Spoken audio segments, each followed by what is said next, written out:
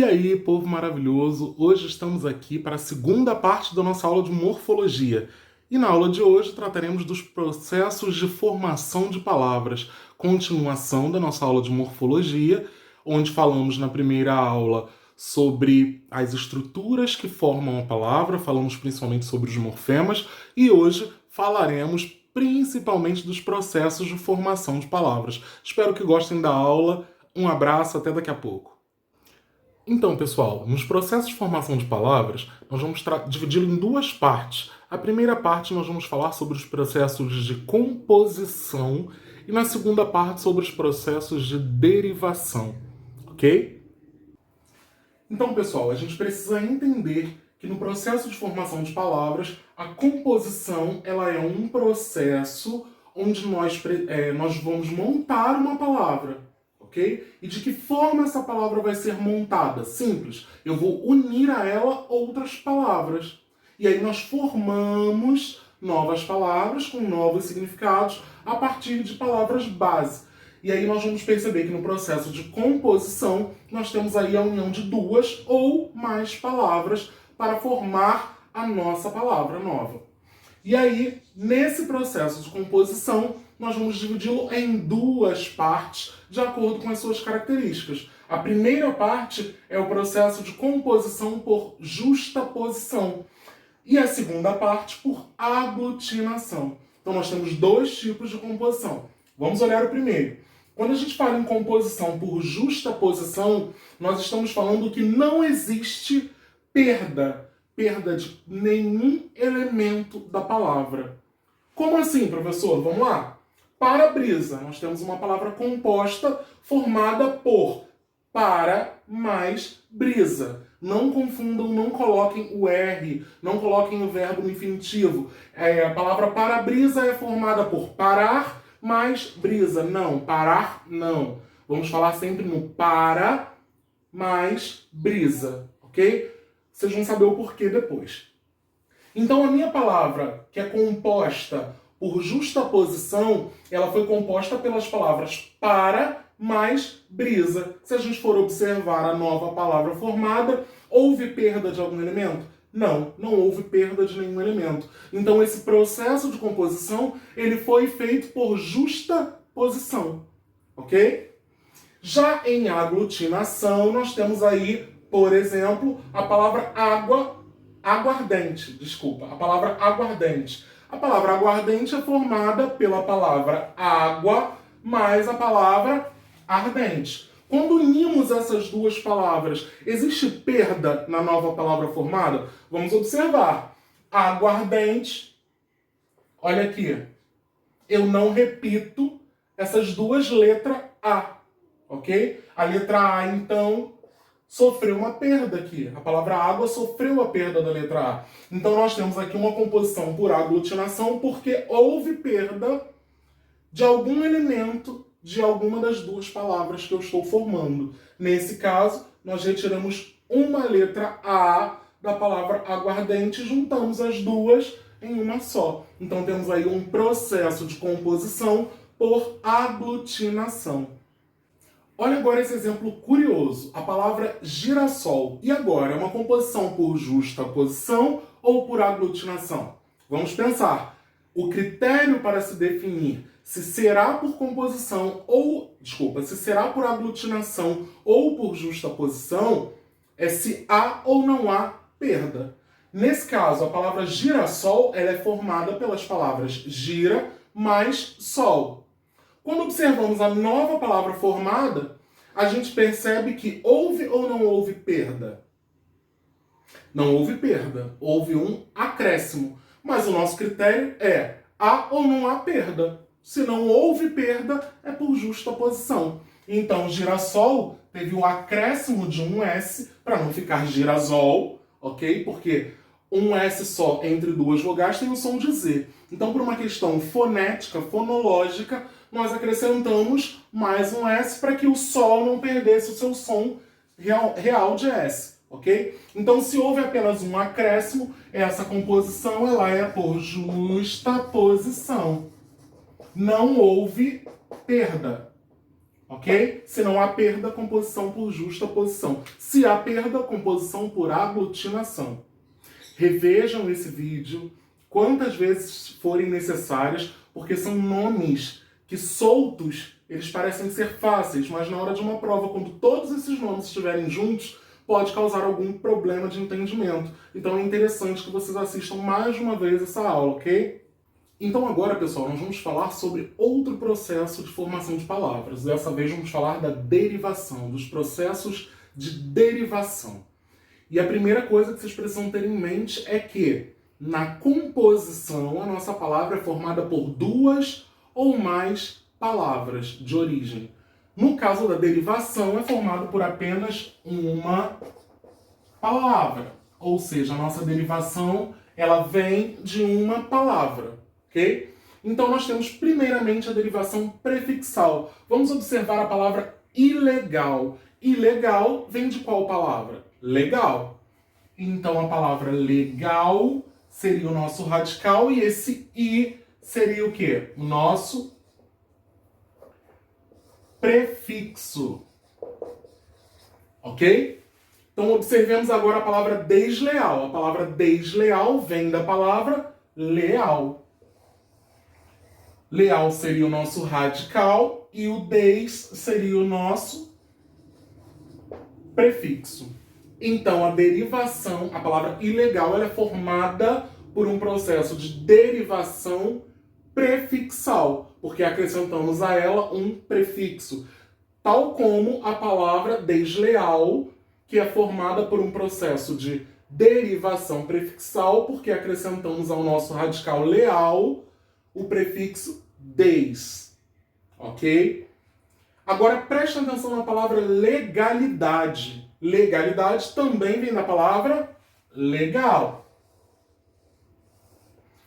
Só que nós acrescentamos a ela algo que vem após o radical. Vimos na aula anterior que os elementos que vêm após o radical são chamados de sufixos. Então nós temos aí o idade como um sufixo. Logo, a palavra legalidade é formada por uma derivação sufixal, porque acrescentamos ao nosso radical um sufixo, ok?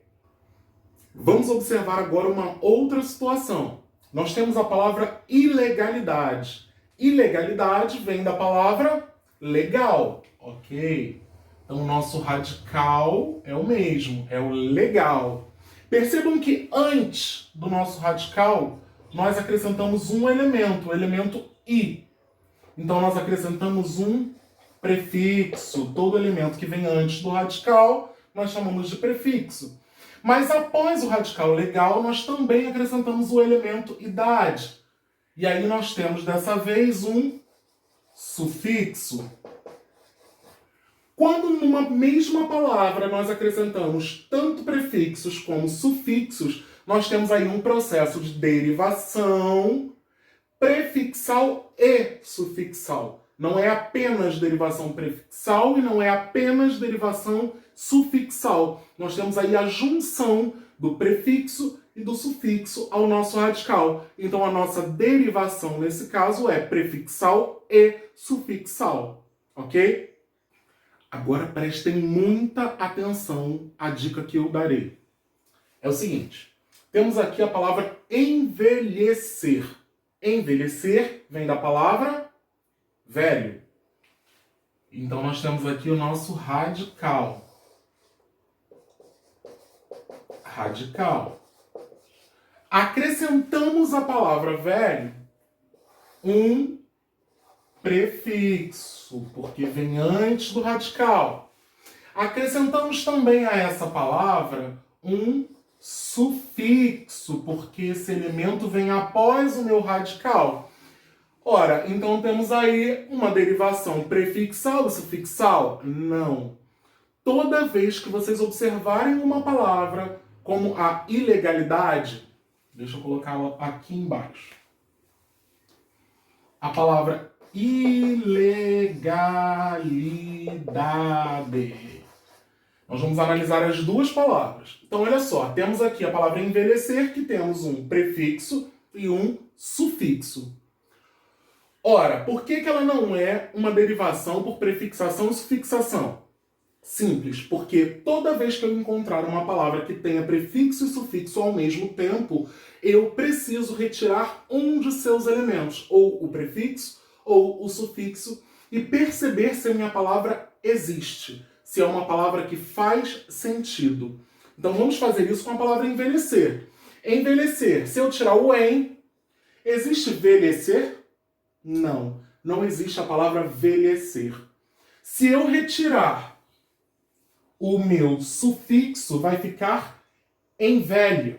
Existe a palavra em velho? Não, não existe. Então, essa derivação ela não pode ser considerada derivação prefixal ou sufixal. Ela é considerada derivação parasintética, que é aquela onde nós não conseguimos tirar um de seus elementos, ou prefixo ou sufixo, e ela continuará tendo sentido.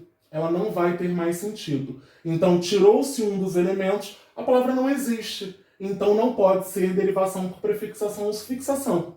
Tem que ser uma derivação parasintética. Nós temos aí a parassíntese, ok?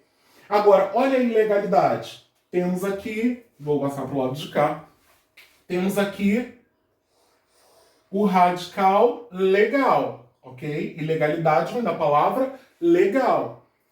Temos um prefixo, que é o i, e temos um sufixo, que é o idade. Se eu retirar o i, existe legalidade? Existe legalidade. Então, se eu retirar o idade, existe ilegal? Existe ilegal. Então, essa derivação, ela não é parasintética. É uma derivação prefixal e sufixal ao mesmo tempo. Beleza, pessoal? Para não confundir. Sempre que encontrar uma palavra com os dois elementos, prefixo e sufixo, retirem um dos dois para saber se a palavra de fato existe, ok? Queridos, então agora vamos ver um outro tipo de derivação que chamamos de regressiva. Derivação regressiva já vem da própria palavra, regredir. Então nós sabemos que a derivação regressiva ela vai diminuir, ela vai regredir algum elemento na sua formação. Então vamos observar essas três palavras: a luta, o combate, o amparo. Quando nós falamos de a luta, nos dá a entender que a palavra luta vem do verbo lutar. Que combate vem do verbo combater. E o amparo vem do verbo amparar. Perceberam que o verbo lutar perdeu o elemento R e virou a luta? Perceberam que combater também perdeu um elemento e virou combate? Perceberam que amparar perdeu um elemento e virou amparo? Então, olha só, na derivação regressiva, nós vamos diminuir a palavra, regredir a palavra de que maneira? Da maneira que ela, de um verbo, ela passe a ser um substantivo, e geralmente esse substantivo vai terminar em a, em e ou em o. Então, a luta veio de lutar. Lutar, a luta terminou em a. Por exemplo, o verbo vender. A venda termina em a. Então, o meu verbo se tornou um substantivo e ele geralmente vai, esse substantivo geralmente vai terminar em a, em e ou em o. Ok, pessoal? E agora, pessoal, vamos para a derivação imprópria. Mais um tipo de derivação para mexer com a cabeça de vocês e explodir os neurônios. Não, calma, não é para tanto, não é algo difícil. Vamos pensar no seguinte: a derivação imprópria, você tem apenas a mudança da classificação daquela palavra, ou seja, uma mudança na classe gramatical da palavra. Não confundam, por favor, com a derivação regressiva, e eu já vou mostrar que há possibilidades dessa confusão na cabeça de vocês. Por quê? Quando a gente fala em derivação imprópria, nós estamos mudando a classificação da palavra. Então nós temos aqui, por exemplo, a palavra lutar. Lutar, vocês conhecem a palavra lutar como um verbo, ok? O verbo lutar, eu acrescentei um artigo, ok? E o lutar virou um substantivo. Não podemos esquecer de que toda vez que eu colocar um artigo na frente de qualquer palavra, essa palavra automaticamente se tornará um substantivo ou uma palavra substantivada, porque o artigo ele é determinante de um nome, de um substantivo. Então não importa se a palavra era um verbo. Percebam que não mudou nada nela. Lutar, lutar. Ganhou algum elemento? Não. Perdeu algum elemento? Não. E lá na outra derivação que nós vimos, na regressiva, o lutar virou a luta. Então o R foi retirado. Perdeu-se um elemento. No caso da derivação imprópria, não existe essa perda nem ganho de nenhum elemento. A palavra lutar, ela vai ser escrita da mesma maneira, lutar, porém com um artigo na frente que vai a transformar num substantivo. Então mudou-se simplesmente a classificação da palavra. De um verbo, nós passamos a ter um substantivo, sem mudança nenhuma na própria palavra. O que se acrescentou antes não foi acrescentado na palavra. A palavra lutar não perdeu e não ganhou nada. Apenas acrescentou-se um artigo e ela mudou a classe gramatical. De verbo passou a ser um substantivo. Isso é a derivação imprópria. Galerinha, muito cuidado com esses dois tipos de derivação, a regressiva e a imprópria. Por quê? O seu professor de português sabe que você pode confundir esses dois tipos de derivação e com certeza vai colocar exemplos como esse na sua prova. Então vamos ver esses exemplos aqui. O verbo cantar. Temos aqui um verbo. Ok? Colocamos um artigo em o canto. Mudou-se a classe gramatical? Mudou a classificação da minha palavra? Mudou. Porque se eu coloquei um artigo, a palavra cantar virou o quê? Um substantivo. Agora, no exemplo de baixo. A palavra cantar era um verbo, coloquei um artigo e virou o cantar, que também pode ser chamado agora de um substantivo.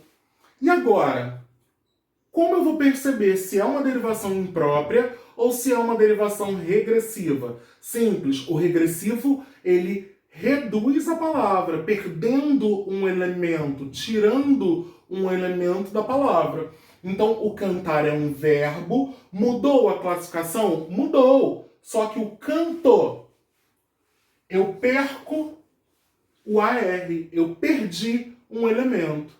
No cantar, mudou a classe gramatical? Mudou. Tem artigo? Tem. Cantar virou um substantivo? Virou. Mas eu perdi algum elemento? Não. Cantar, cantar.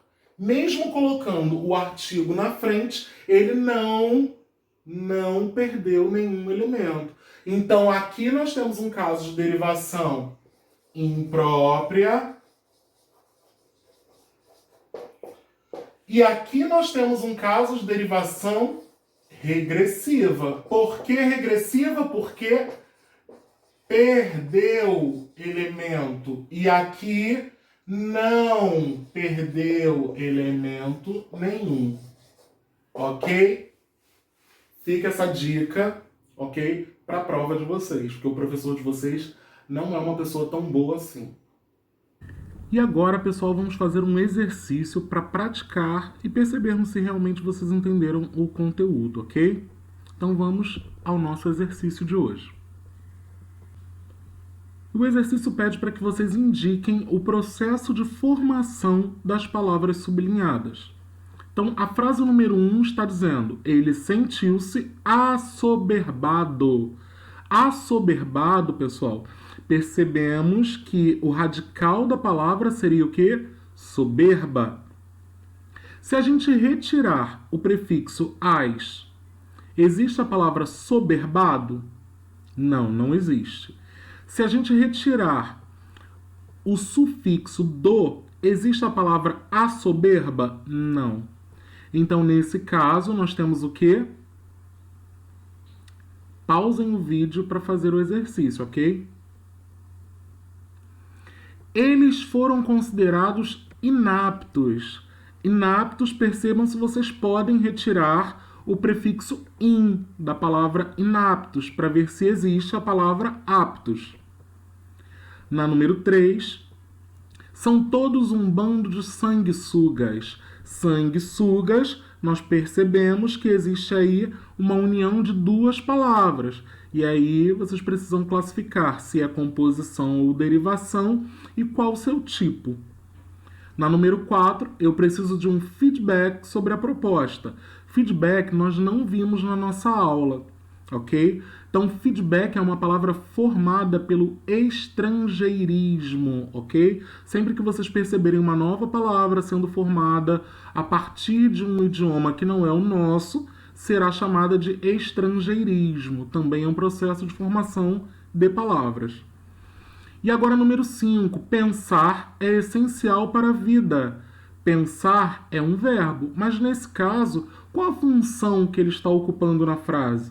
Ele está ocupando a função de sujeito. Para ser um sujeito, obviamente ele precisa ser um substantivo. Então vamos pensar aí como será classificada a palavra pensar. Que processo de formação de palavras está contido na palavra pensar? E agora vamos conferir as respostas. Espero que todos tenham acertado. E acertou quem disse que assoberbado é uma derivação parasintética. Inaptos, derivação prefixal. Sanguessugas é uma composição por justaposição. Feedback é um estrangeirismo, conforme eu falei. E pensar, nesse caso, virou um substantivo, mas não houve perda em nenhum dos seus elementos. Então temos aí uma derivação imprópria. Ah, quem colocou regressiva errou? Sim, porque o pensar não perdeu nenhum elemento. Então não pode ser uma derivação regressiva, ela precisa ser uma derivação imprópria. É isso aí, galerinha. Estou deixando no nosso ambiente virtual também algumas atividades para que vocês façam no caderno e na próxima aula iremos corrigir. Grande abraço, fiquem com Deus. E é isso aí, pessoal. Até a nossa próxima aula. Fiquem com Deus. Grande abraço. Espero que tenham gostado da aula e pratiquem. Não deixem de fazer as atividades. Abraço. Tchau, tchau.